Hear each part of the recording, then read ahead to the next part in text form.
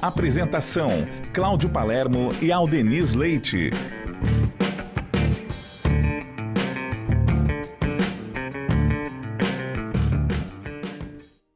Olá, seja muito bem-vindo ao programa Jesus e o Logos. Hoje estou aqui, Júlio Sena, substituindo Cláudio Palermo, que se Deus quiser, semana que vem estará conosco de volta. Mandando aqui um abraço já para o Cláudio. E hoje nós estamos, claro, com o doutor Aldeniz Leite. Seja bem-vindo, doutor. Obrigado, bom dia, Júlio. Bom dia aos amigos e amigas que estão nos acompanhando nesse momento. Prazer estarmos juntos aqui hoje, certamente. E hoje nós queremos saber, você tem olhos de ver? Esse é o tema do programa Jesus e o Logos de hoje, que você poderá participar conosco, mandar aí a sua dúvida, o seu comentário. Você pode entrar em contato através do nosso WhatsApp, anotando o número e salvando nos contatos do seu aparelho de telefone, que é o 11 99643 3827. Repetindo, 11 99643 3827. Pode também participar ligando para o 0800 979 5011.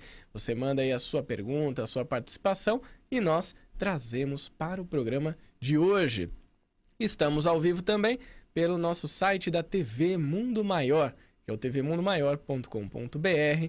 Lá você clica em assistir ao vivo para ver o programa em áudio e vídeo. E clicando no vídeo que vai aparecer, você pode deixar comentários também no nosso canal de YouTube.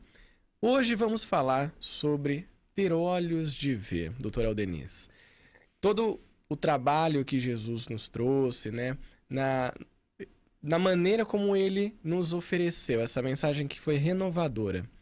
Ele sempre usou muitos símbolos. E a gente vê ali alguns desses símbolos relacionados aos cegos, aos paralíticos. Sendo a logoterapia uma psicologia espiritual, como que ela poderia explicar isso? Além da cegueira orgânica, existe uma cegueira que também é do espírito? Sem sombra de dúvida que sim. Aliás, eu considero essa a pior cegueira que nós podemos experimentar, né? Eu penso que muitos daqueles cegos que Jesus curou, claro, ali havia, sem dúvida, a cegueira orgânica, né? Se nós estudarmos cuidadosamente o Novo Testamento, nós vamos perceber que havia, de fato, cegos de natureza orgânica, que através da sua força espiritual, que através da imposição de mãos, ele curou graças ao seu magnetismo poderoso. Sim. Renovando aquela estrutura celular e naturalmente atuando no perispírito daqueles indivíduos, neutralizando a problemática. Então, ele tinha esse poder. Mas eu acredito que muitos dos cegos que ele curou eram cegos de natureza espiritual. Pessoas sedentas de conhecerem a grande verdade do Espírito, necessitadas ou ignorantes, desorientadas no seu caminho, que uma palavra, uma orientação, um incentivo poderia mudar tudo. Essa é a cegueira espiritual. É Sim. Quando nós estamos no caminho e nós ou ignoramos, não conhecemos, ou mesmo conhecendo, relutamos em abraçar o sentido da nossa existência, aquilo que devemos fazer para promover a nossa felicidade. Quem ignora ou despreza esse sentido é o cego Sim. de espírito por excelência. Interessante quando a gente fala dessa questão de sermos cegos ainda que estejamos vendo. Exatamente. Né? Essa questão da cegueira, a gente pode dizer que hoje ainda, a gente continua cego para os reais sentidos e objetivos, aqueles que são essenciais para a nossa vida, num geral? Eu acredito que o mundo já vem despertando mais para isso. Nós estamos numa fase agora do século XXI, sobretudo, em que nós estamos despertando muito mais para os valores existenciais que, de fato, devemos dar importância. Mas nós ainda estamos um pouco desatentos Sim. em relação a isso, né? Ainda estamos buscando, de certa forma, aquele fenômeno ou aquele comportamento de imediatismo. Sim. As coisas precisam acontecer agora. Se as minhas necessidades não forem atendidas, eu sofro, eu me rebelo. Isso, de certa forma, representa um componente de cegueira, porque nós precisamos entender que a natureza não dá saltos, que as coisas acontecem gradativamente e, Sim. sobretudo, através do nosso próprio esforço. Nós é que devemos ter as rédeas da nossa existência. Por isso que Jesus comentou algo excepcional quando os discípulos perguntaram: por que falas em direção a eles por parábolas? E a resposta é clara: porque eles vendo não enxergam Sim. e ouvindo não escutam. Parece paradoxal, mas é porque eles têm olhos orgânicos, mas são cegos espiritualmente. Têm a acústica orgânica, mas são completamente surdos do ponto de vista espiritual, para os valores existenciais. E aí eu fico pensando assim, para aquele que vive uma cegueira espiritual, a vida, de fato, representa uma parábola. Sim. Ou seja, uma incógnita, uma incerteza, um vazio. Então ele falava por parábolas justamente em compatibilidade com a cegueira das pessoas, porque senão elas deturpariam toda a verdade. Sim. Né? Então tem esse sentido fenomenal que eu acho nessa passagem. É um grande exemplo de comunicação, né? Exato. A comunicação assertiva, principalmente, né? Você conseguir, através daquele seu público, que é um público-alvo, oferecer um conteúdo de forma que ele entenda. Isso é muito Exatamente. interessante, né? A Deise Mansano, nossa querida Deise, está participando aqui pelo YouTube e ela mandou um bom dia, lindezas. Tenho olhos de ver quando meu ego não turva. Beijos.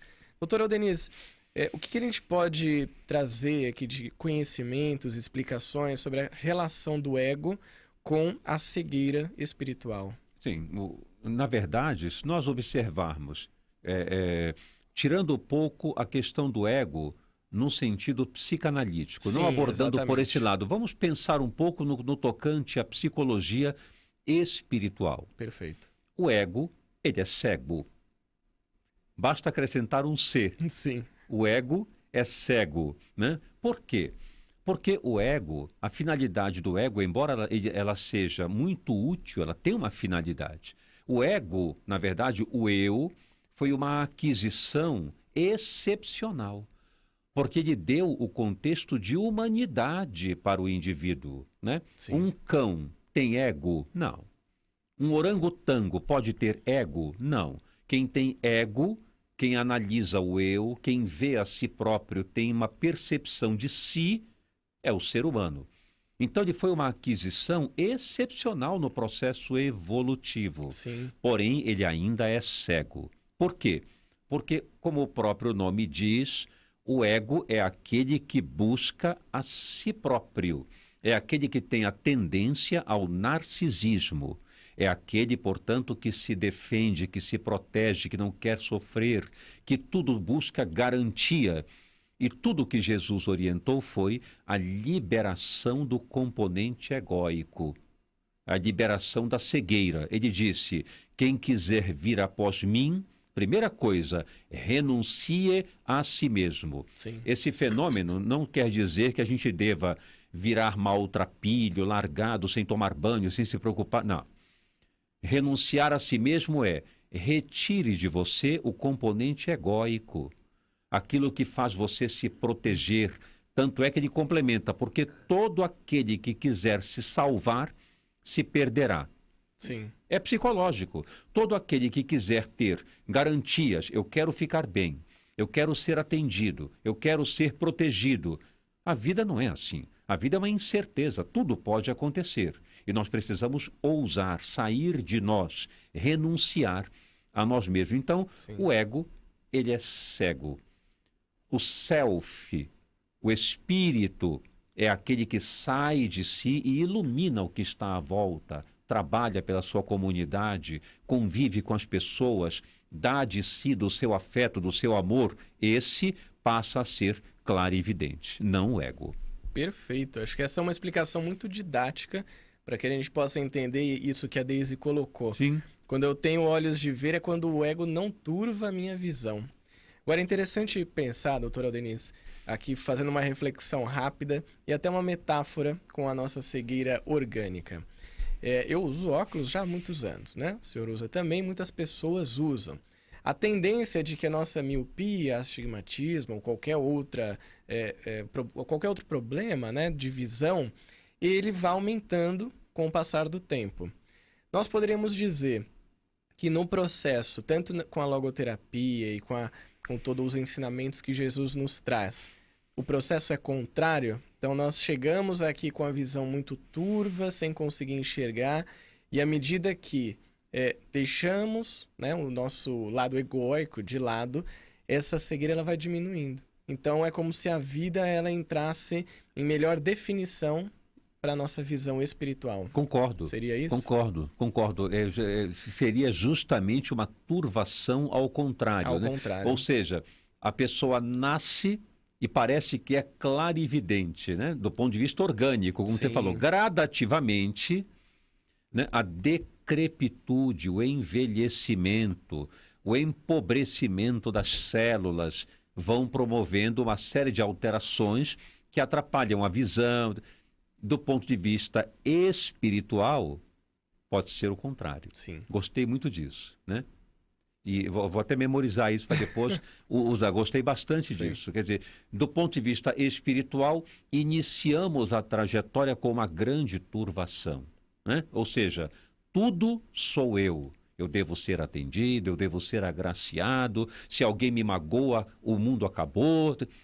E eu vou começando gradativamente a perceber que as coisas não são assim e que eu é que devo ter o controle das minhas emoções. Sim. E eu é que devo ter realmente o papel de servir, de amparar, sem me preocupar tanto com a opinião alheia, com o que vem de lá de fora, como disse Jesus. Sim. E aí vai abrindo a visão, né? Perfeito. Exatamente isso, eu concordo com você, tem toda a razão.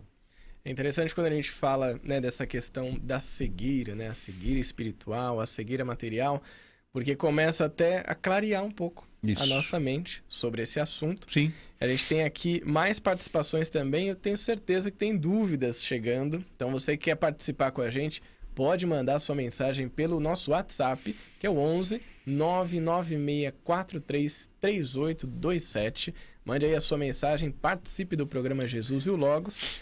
E nós recebemos uma mensagem aqui, um comentário, pelo nosso canal de YouTube, que é de uma outra Deise, até escrito diferente, o nome dela é a Deise Florencio, e ela manda aqui um bom dia diretamente da Pensilvânia, Estados Semanalmente ela Unidos. está conosco. Ela está aí. participando, né? Semanalmente ela está conosco. Muito obrigado pela sua participação, Deise. Ela fala aqui, programa maravilhoso, como sempre. Que bacana. A gente também tem aqui a participação da Maria de Lourdes Ribeiro, que é do Jardim Palmira. Bom dia, amigos. Que delícia ouvir vocês. São para nós o sol que nos aquece no frio. Estou a todo momento tentando melhorar minha cegueira. Sabe o que eu achei interessante aqui, doutora Denise? A nossa amiga Maria de Lourdes Ribeiro, ela fala o seguinte: vocês são para nós o sol que nos aquece no frio. O sol, fazendo mais uma metáfora, se nós olharmos para o sol, ele pode causar cegueira orgânica, né? Porque é uma luz muito grande. Nós poderíamos dizer que tanto Jesus quanto o Espiritismo não trouxeram todas as verdades porque poderiam nos cegar também de tanta informação e a gente não conseguiria adquirir tudo aquilo? Eu creio que sim, sem dúvida, né? Jesus não pôde naturalmente, por isso ele usou a parábola para ir mais devagar conosco. Sim. Realmente, né? Aliás, foi uma técnica excepcional. A parábola é uma técnica excepcional. Muitas psicoterapias utilizam a metáfora como técnica de Sim. despertamento, porque é a pessoa que a examina e tira suas próprias conclusões. Então, isso é bem poderoso no sentido de transformação. Mas, ao mesmo tempo, ela suaviza um pouco a informação. Sim. Para depois, então, o Espiritismo, né, 1900 anos depois, poder chegar aqui e trazer algo muito mais claro, sem reformular, mas atualizar de uma maneira clara, evidente, sem véus, a proposta de Jesus. E uma coisa que é curiosa, que eu vejo da seguinte forma: assim como Jesus veio trazer, de certa forma, a cegueira para todos aqueles que tinham outras impressões de uma realidade, às vezes a gente acredita em alguma coisa piamente, Sim. vem uma informação nova que desmorona aquilo que acreditávamos, ficamos cegos, ficamos completamente desorientados e perdidos. Até isso se reestruturar, renovar, leva tempo e Sem sofrimento por vezes. O Espiritismo, então, tem esse papel hoje de nos deixar, digamos, um pouco turvos, embora ele tenha vindo para clarear na nossa direção as ideias e as decisões, momentaneamente ele turva a nossa visão. Por quê? Sim. Porque até então a gente pensava que estávamos protegidos, tudo está na mão de Deus, tudo ele resolve, qualquer coisa eu passo para ele e o Espiritismo vem dizer: ajuda-te que o céu te ajudará. Perfeito. Colabora para que os espíritos também possam colaborar contigo. Toma a tua iniciativa e terás apoio constante. É diferente. Não podemos adotar a inércia e isso nos perturba um pouco. Imaginar que nós somos responsáveis por nós mesmos. E essa é a mensagem de Jesus e do Espiritismo. Sim. Começa tudo por nós, pela nossa vontade e nossa iniciativa. Então isso nos perturba um pouco. Por isso que precisa ser gradativo, né? Claro. Para que isso não zere completamente a cegueira, porque talvez a gente nem estivesse preparado Isso, exato. para realizar isso, né? A gente tem aqui outra participação pelo WhatsApp. Você também pode mandar a sua pergunta, a sua mensagem para a gente. E essa aqui é da Marina Roda, que é de Pinheiros. Ela fala: bom dia, muito bom esse programa, com comentários muito bem colocados com o doutor Aldeniz. Júlio, gosto muito de ouvir você. Por acaso tem um programa para você? Tem sim. O Juventude Maior. Sábado agora estaremos ao vivo aqui. Programa que fala sobre juventude. Eu vou aproveitar a mensagem da Marina, doutora Aldeniz, para trazer uma questão com relação às novas gerações que têm chegado aqui no nosso planeta. A gente tem falado muito sobre a transição de um planeta de provas e expiações para a regeneração. E até no último capítulo da Gênese, Kardec traz a geração nova, né? Capítulo 18, os tempos são chegados. Essas novas gerações, nós podemos dizer que elas já estão reencarnando com menos turvação da sua visão espiritual? Já vem com um grau menor? Sem dúvida, sem dúvida. E a gente tem percebido realmente isso, né? Essa nova geração, ela está vindo justamente para alavancar este mundo, tirando daquele lodo em que ele ainda vive. Sim. Nós vivemos ainda realmente em um lodo. E esse lodo representa justamente as consequências das nossas ações. Às vezes a gente ouve dizer assim, eu acho isso curioso, a pessoa fala assim: puxa vida, mas que mundo difícil, que mundo tormentoso, quantos problemas a gente vê. É curioso, nunca somos nós.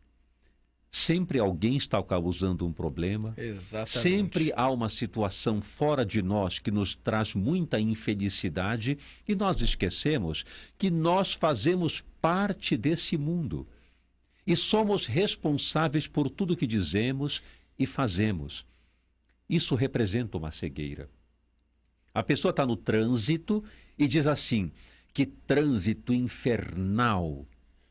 Mas eu também estou ocupando um espaço ali. Sim. Eu também estou com o meu veículo ali. Como eu posso reclamar do que eu também estou contribuindo para causar? Então, essa autorresponsabilidade é uma característica da geração nova que está vindo. Eu acho que você deve estar percebendo isso. Sim, sem dúvida. Responsabilidade, iniciativa, coragem, vontade de serviço, vontade de aprender, é a geração nova que está enxergando muito mais do que nós um campo onde a lavoura é imensa de transformação.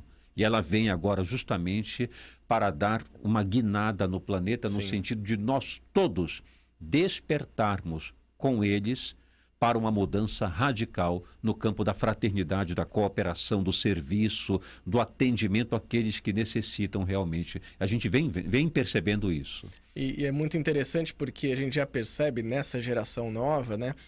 Pessoas jovens, crianças mesmo, que eles têm essa visão mais ampliada, a visão da humanidade. Tem uma menina que foi até indicada para o Prêmio Nobel da Paz, que é a Greta Thunberg. Ela tem 16 anos e toda sexta-feira ela faz uma manifestação, ela não vai para a escola. E essa manifestação, neste ano, ela se espalhou pelo mundo inteiro e milhões de crianças e jovens fizeram uma greve numa sexta-feira pelo mundo por conta do aquecimento global e das políticas que não estavam sendo seguidas à risca sobre como cuidar do meio ambiente, quais ações e medidas estavam sendo feitas. E o discurso deles, né, e principalmente dela, era o seguinte: nós não causamos isso e nós nos preocupamos com as próximas gerações e o planeta que eles terão à disposição para viver. É muito interessante ver Muito que interessante. a visão já é ampliada. Sim. Né? E aí, como que a gente pode, tratando dessa questão, doutora Aldeniz, acredito que seja também uma preocupação dos pais. Como lidar com um pai que pode ser que tenha essa cegueira espiritual ainda, de receber um filho que já tem essa visão mais ampliada? Como lidar com esse conflito que pode existir entre as gerações? Um dos alertas importantes que a gente deve transmitir é justamente ter critério em como conduzir essas crianças para que nós não as desmotivemos. Por exemplo, muito comum pessoas levarem meninos, meninas de 11 anos no consultório. Sim. E vão comigo. E as mães, ou o pai, a mãe, diz assim: é muito problemático. A gente não está mais aguentando. A gente tem uma dificuldade enorme de conter essa criança. Com certeza é déficit de atenção com hiperatividade. A escola já nos acionou. E quando vamos perceber, de uma certa forma e com muita frequência, a própria escola e os próprios pais não estão sabendo extrair daquele ser a energia, o poder, a força e a capacidade de inovação que eles estão pedindo para mostrar, e nós cerceamos, nós inibimos. Queremos que eles se submetam aos dogmas triviais, Sim. às tradições normais, comuns, mas eles vieram justamente para mudar essas questões. E nós precisamos também olhar para eles e aprender com eles. Nem tudo que significa peraltice, correria, inquietação, é déficit de atenção com hiperatividade. Pode ser simplesmente a seguinte mensagem: eu quero ir além, eu quero algo mais. Isso, para mim, está muito parado, não, está muito comum. Eu quero ir mais à frente. E nós queremos colocá-lo sempre no controle. Então, os pais devem acordar um pouco para isso. Muita irritação dentro do lar nas crianças representa cerceamento do seu potencial, do seu poder. Se nós soubermos cultivar isso mais e incentivar, tudo muda. Quando a gente fala sobre essa questão da relação de pais e filhos, o autoconhecimento está diretamente relacionado, Sim. né? Não só de você se observar, mas observar o outro e conseguir aprender Sem com dúvida. o outro. Tem uma passagem aqui do Evangelho de Mateus que ela é interessante, ela tem a ver com isso também, essa questão de autoconhecimento. A gente pode entender melhor aquilo que Jesus quis dizer. Que diz o seguinte: fariseu cego, limpa primeiro o interior do copo e do prato, para que também o exterior fique limpo. A gente pode falar sobre isso, doutora Aldeniz? Essa cegueira espiritual também é aquela que nos faz não querer olhar para o nosso interior, como Jesus coloca? Sim, nesse às vezes trecho? não querer ou, frequentemente, nem termos a noção de como fazer isso. Sim. Né? O nosso interior é justamente onde se encontram todas as ferramentas necessárias para que a turvação visual, simbólica, desapareça. Se nós não olhamos para dentro, não olhamos para as nossas inquietações, temores e, ao mesmo tempo, potenciais, valores já existentes para que possamos empregá-los, vivemos uma vida comezinha, aquela vida comum, onde nós recebemos o salário, cumprimos a nossa obrigação, vamos para casa e temos aquela vida, vou colocar entre aspas, insossa. Exato. E Jesus diz, vós sois o sal da terra. É justamente para que a vida não seja insossa, né? Então, quando Jesus propõe que nós devemos limpar o interior do prato, vem muito uma lembrança de uma outra passagem que ele fala, a candeia do corpo são os olhos. Sim. Se eles forem bons, teu corpo terá luz. Se forem maus, até a luz que há em ti serão trevas. Isto é, a visão que eu tenho do mundo, do futuro, das pessoas, ela está baseada em como eu me enxergo. Portanto, quando eu digo que mundo hostil, é porque aqui dentro está um caos. Quando eu digo também, não confio em ninguém, é porque aqui dentro há uma grande incerteza se eu me valorizo, se eu me aceito, se eu gosto de mim. É preciso observar o interior do copo, em primeiro lugar, para depois então fazermos os julgamentos necessários, né? A gente olha a trave, e a gente olha o cisco, aliás, no olho do outro, Sim. e não vê a trave no nosso. É muito parecido. Essa questão do olho, da cegueira, Jesus usou como um simbolismo constante, né? É um tema muito interessante. É muito esse. interessante. Muito interessante. Isso me lembra também uma frase, né? Até um chavão, um clichê que as pessoas usam muito, quando elas dizem assim, o mundo nunca esteve tão mal. Mas, ao mesmo tempo, existem pessoas, e já tem até livros que falam sobre isso, que diz o contrário. O mundo nunca esteve tão bom, né? E tem vários gráficos, inclusive, que mostram e que demonstram isso. Tudo que tem acontecido de coisas boas, a redução, por exemplo, o número de pessoas mortas por guerras. A gente pega aqui pelo exemplo do Viktor Frankl, né? Do livro Em Busca de Sentido, que ele conta da vida dele ali nos campos de concentração. Sim. Claro que ainda existem guerras, existem inúmeros conflitos acontecendo, mas nada se compara ao que aconteceu naquela época. Ou seja, a gente poderia dizer que o mundo tem se melhorado e somos nós que não estamos vendo? O mundo tem melhorado consideravelmente. Em palestras eu sempre digo isso. O mundo tem melhorado constantemente. Por que isso é uma verdade? Fazendo um apanhado muito rápido. Nós não acreditamos tanto nisso porque quando vemos, por exemplo, o mal em evidência, ele assusta, ele nos dá pânico, nos dá pavor, certas atitudes bombásticas, violentas. E nós esquecemos que o bem, ele é simples, embora tenha uma força incomparável. Mas ele é simples. O trabalhador que acorda às 5:30 da manhã, sai de casa e vai cumprir os seus deveres com boa vontade, para sustentar a sua família, voltar para casa e encontrar saúde, acolhimento, paz no seu lar, o que representa milhões e milhões de pessoas fazendo isso, isso não é um grande bem? É um grande bem, Sem dúvida. que de uma certa forma, não faz muito tempo, não acontecia com tamanha propriedade como é hoje. Havia muito mais instabilidade no passado. Hoje nós já estamos nos concentrando em um clima de bondade nesse sentido simples muito grande, mas nós não percebemos. A gente olha, sai na rua e vê aquela multidão de pessoas produzindo, trabalhando, convivendo, almoçando juntas, confraternizando. Isso não é um bem? É um bem, mas nós não valorizamos.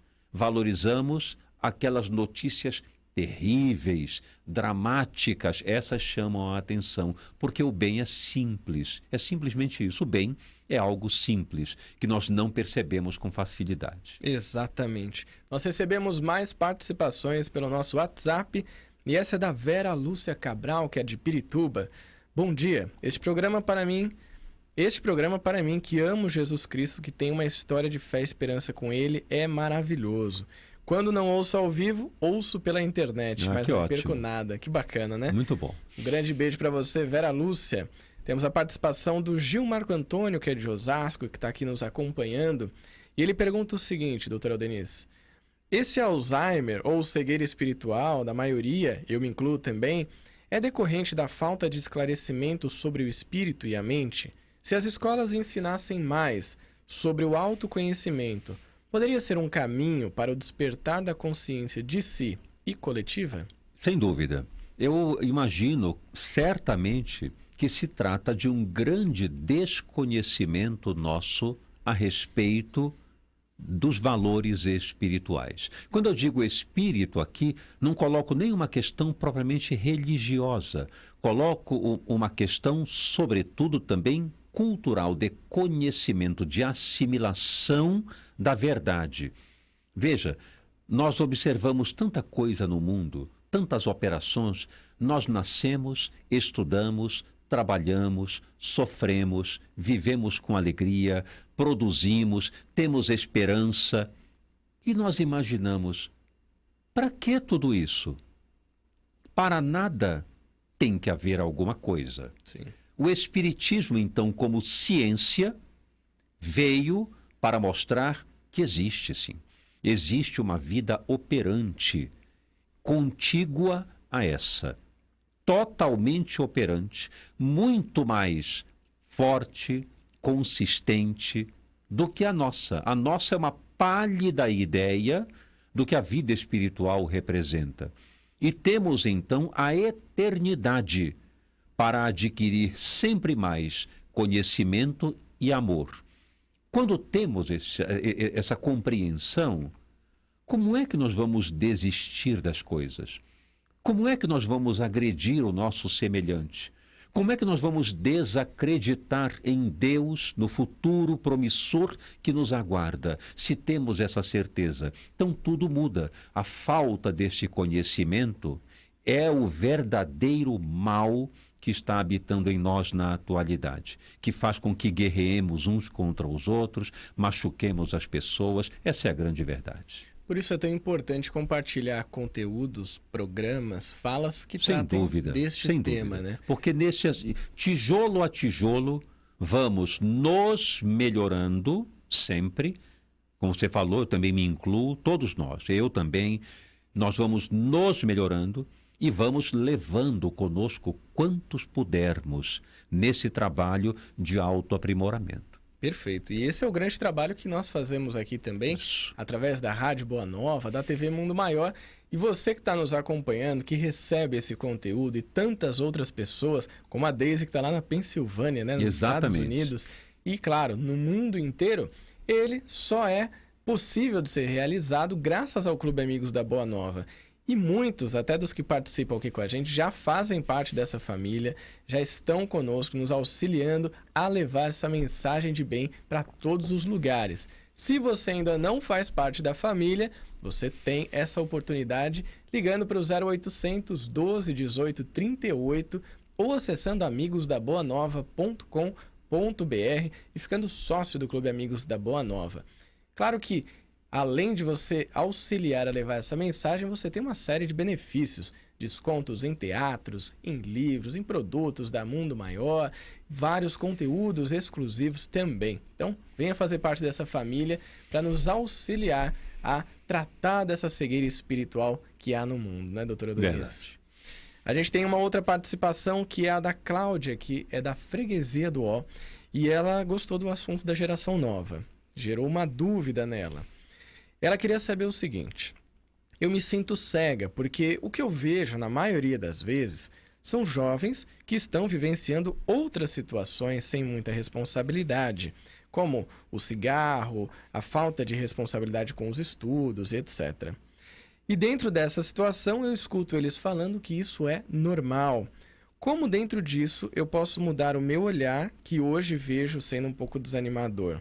Mas eu agradeço vocês da rádio, que nos trazem sempre um assunto para que eu possa trabalhar em mim essa questão. Gratidão. Como que a gente poderia entender isso, doutora Denise? Falamos de uma geração que está mudando, mas que ao mesmo tempo outros estão se desviando desse caminho. Olha só, eu achei essa colocação excelente para a gente, né, meditar. Jesus, quando esteve aqui, afirmou uma coisa que nós podemos puxar como gancho para tentar analisar essa situação. Ele disse: penseis que vim trazer paz à terra? Não vim trazer paz, mas a divisão, ou, em outras traduções, a espada. Isto é, o conflito. Quando ele veio trazer uma nova mensagem, uma nova ideia de viver, um novo conteúdo de vida para nós, ele nos desestabilizou totalmente. Nos deixou sem aquele arrimo. Naquela época, as pessoas viviam com base nas leis de Moisés, em tradições nas quais se apoiavam e não precisavam fazer esforço algum. Bastava seguir aquela norma. Vem Jesus e diz: não, a norma é ditada pela consciência, por você. Você é responsável por você mesmo. Isso desestruturou as pessoas, como acontece ainda hoje. Nós estamos todos, sem exceção, em busca do Cristo. E nessa busca, nós estamos seguindo por caminhos completamente ainda desorientados. Então, esses jovens, como você está citando aqui, eles estão justamente buscando, de alguma forma, o Cristo que existe dentro deles. E há uma dificuldade muito grande de encontrar como é realmente assim, é difícil mesmo para todos nós. E eles necessitam fazer aquela viagem do filho pródigo, onde eles recebem a herança e põem tudo a perder. E lá chegando, voltam para refazer o caminho e consertá-lo completamente. Esses jovens estão num caminho ainda confuso, mas estão de alguma forma aprendendo com isso. E dia virá, bem breve, que eles vão se modificar, vão se transformar e por inúmeras experiências encarnatórias serão realmente aqueles que promoverão o Cristo, tanto dentro quanto fora. É uma questão de tempo apenas. Não se ilude imaginando que tudo está perdido. Isso não é verdade. É só um momento. Tudo se modificará. Perfeito. A gente tem aqui outra participação, que é da Deise Lacerda, que manda aqui um bom dia. Parabéns pelo magnífico programa. Aprendo muito. Deus os abençoe. Gratidão. Bacana, mais uma muito participação. Bom. Muito bom. E o Ednar, que está em Nova York... A Ednar, desculpe. A Ednar, que está em Nova York, ligadíssima com a gente, está adorando o assunto de hoje. Muito então, bom. Estamos Bacana. levando essa questão da cegueira para o mundo inteiro. Mas sabe que é um tema muito interessante mesmo, né? Sim. Se você compulsar o Novo Testamento, né? Os 4 evangelistas, essa questão da cegueira, Sim. ela é tão marcante, porque foram tantos cegos curados e tanto a palavra cego foi tão usada por Jesus que realmente daria aí 3, 4 programas para a gente debater de inúmeras maneiras sobre essa questão da cegueira, né? Particularmente a cegueira espiritual. Desculpa. Aquela que é a mais perigosa.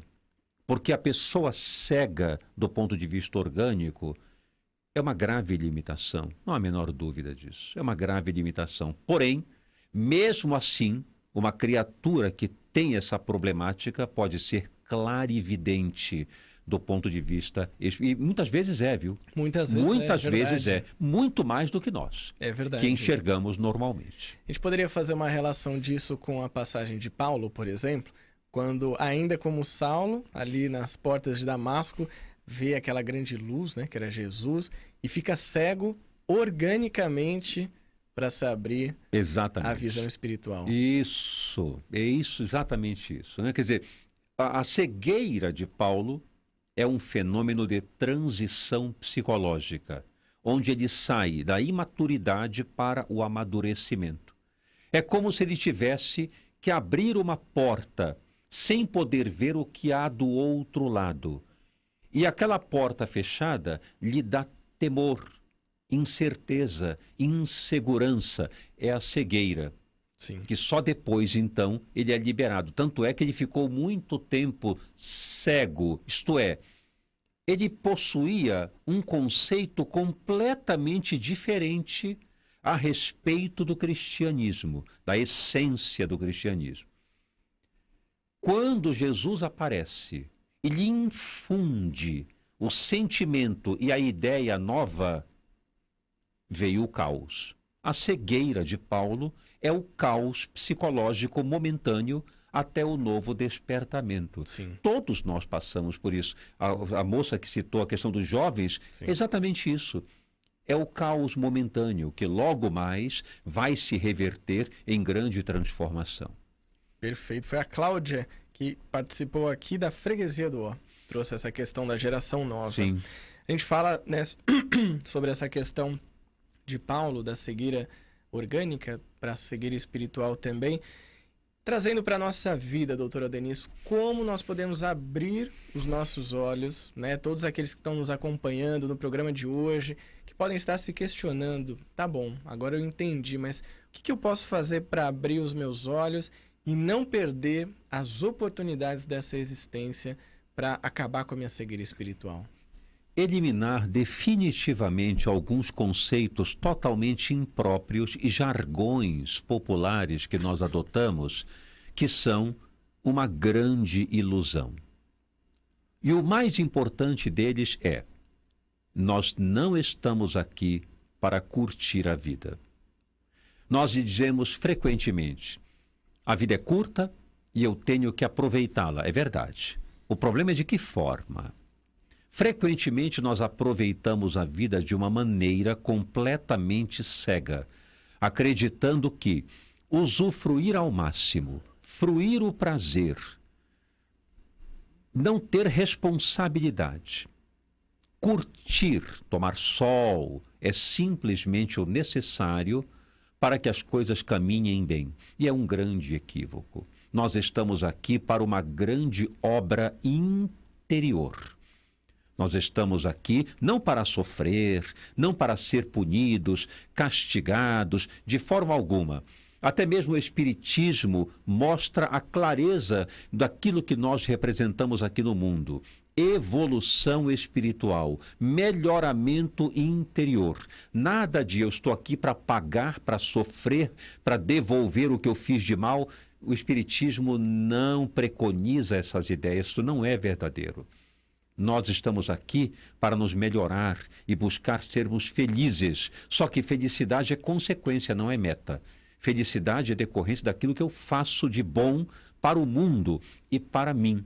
Então nós estamos aqui com uma finalidade precípua de trabalhar em prol daqueles que nos cercam e com isso nos enriquecer do bem e da fraternidade que possamos distribuir. Tudo mais é secundário. Faz parte da experiência. O repouso é necessário, o lazer é necessário. Mas o mais importante é perceber se estamos trabalhando realmente em prol de um mundo melhor, se as nossas aptidões estão servindo para que os outros sejam felizes. Se não estiver sendo assim, estamos cegos do ponto de vista espiritual. Então agora é hora de colocar isso em ação. Sem dúvida. Doutora Denise, agradeço mais uma vez. Eu que agradeço. Pelos conhecimentos compartilhados conosco. E agradeço a você que participou do programa de hoje, nos acompanhou no Jesus e o Logos. Semana que vem tem mais com Cláudio Palermo e Aldeniz Leite. Um grande abraço, uma ótima semana e fiquem com Deus.